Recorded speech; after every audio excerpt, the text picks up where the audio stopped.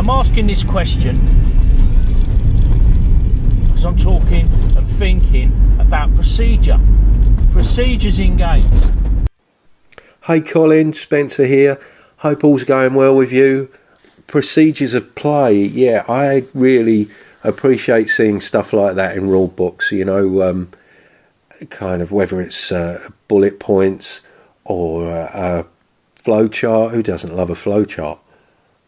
Yeah, I like seeing things presented like that, and I certainly think it would be indispensable for someone like me, possibly starting out as a GM, and just, making sure things run smoothly and that you're not getting to the end of a session and thinking, oh, I completely forgot about that.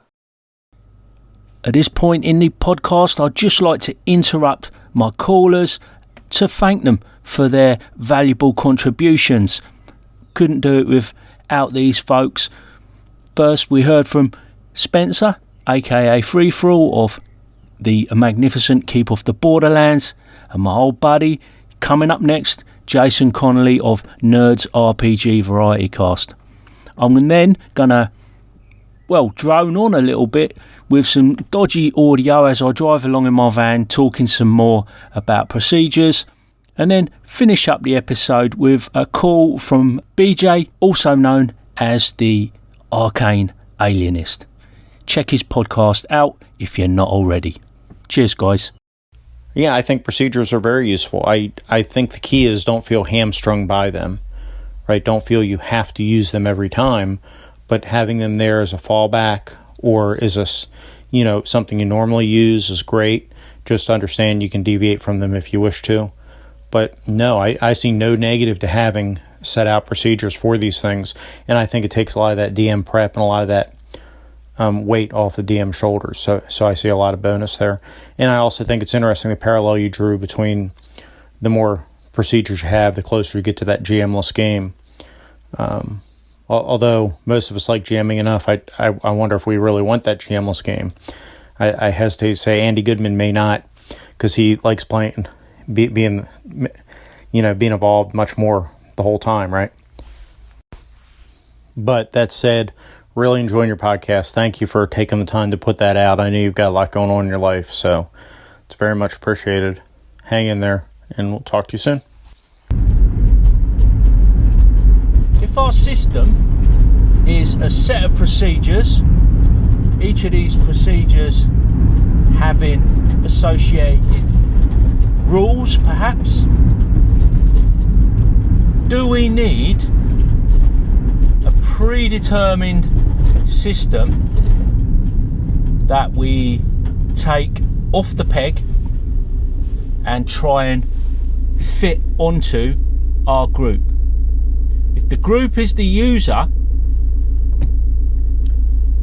couldn't we just talk to the user about the types of things they want to do, the types of things they enjoy, so the procedures, and then match the two together, and what you end up with is a bespoke set of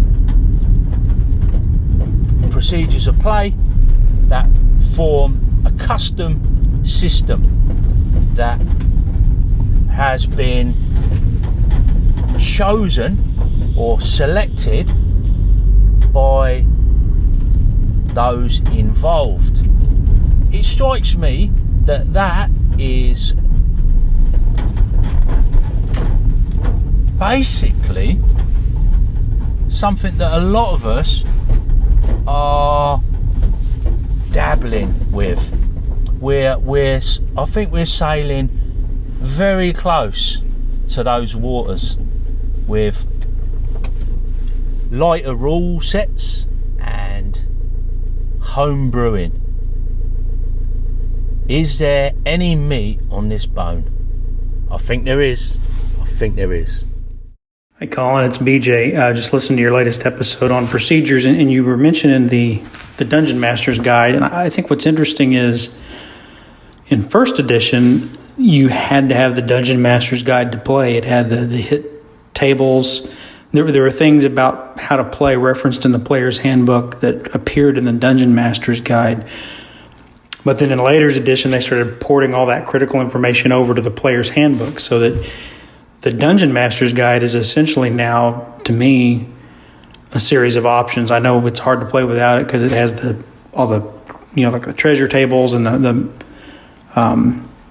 descriptions of all the magic items. But technically, you can play without it, just with the player's handbook and the monsters manual and published or self-made adventures. There's nothing in the DMG that is absolutely essential. It's all just a collection of options at this point. So, good point.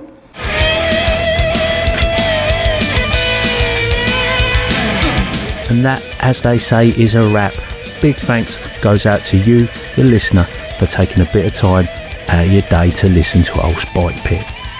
Take care, and I'll catch you later.